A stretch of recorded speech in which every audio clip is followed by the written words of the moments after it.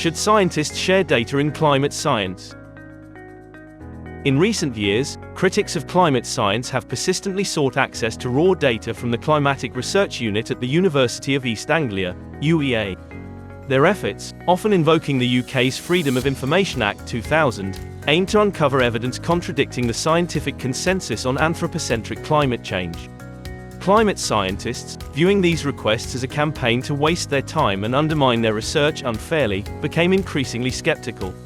Once the correspondence between scientists was made public, critics cited selected messages in order to support their claims of a conspiracy among climate scientists to hinder data access and prevent external scrutiny of their work.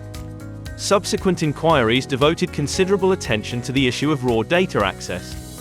Several reports highlighted climate scientists' reluctance to release data into the public domain and emphasized the importance of sharing scientific data with fellow researchers and the general public.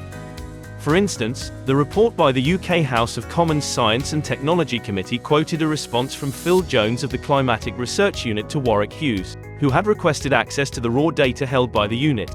Even if the World Meteorological Organization agrees, I will still not pass on the data. We have 25 or so years invested in the work. Why should I make the data available to you, when your aim is to try and find something wrong with it? The report critically remarked that this response appeared unreasonable and stated that transparency and full disclosure of data and methods are fundamental to scientific integrity. Further arguments put forth by Jones and his colleagues included assertions that releasing all the data was unnecessary and impractical. Parts were already accessible through other sources such as the Global Historical Climatology Network in the United States. Commercial agreements restricted the publication of certain data. Most scientists preferred working with adjusted data rather than raw data, and the Climatic Research Unit did not have a specific obligation to provide raw data to the general public.